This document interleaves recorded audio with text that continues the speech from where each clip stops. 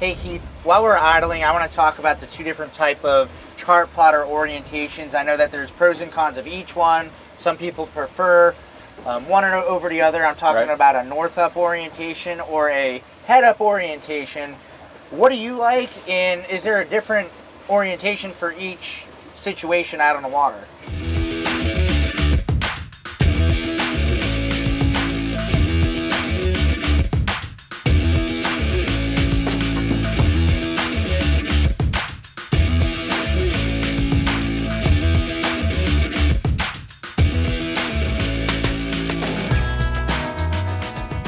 So my personal preference is if I'm in the intercoastal waterway, we're running around inshore. Here you can see our boat, and we're coming up this channel. I'm going to go roll through here. So this is in a heads-up orientation. However, if I'm offshore fishing and I don't have any land references or anything around, I'll flip it around to north up, and then that way I can just kind of work off my compass north, south, east, and west. But if I go through the setup here real quick, so right now we're on heads up. If I go to menu, on this particular one, you go to the settings wheel, I go view in motion, and then change it from heads up. And if I go to north up, and I'm just go ahead and put it in the center of the screen.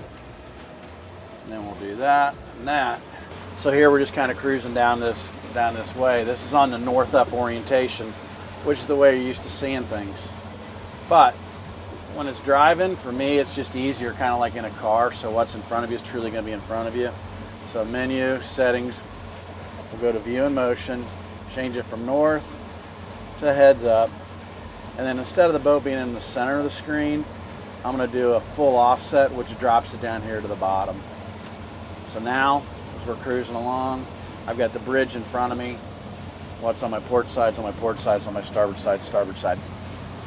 That's my take. That'll do.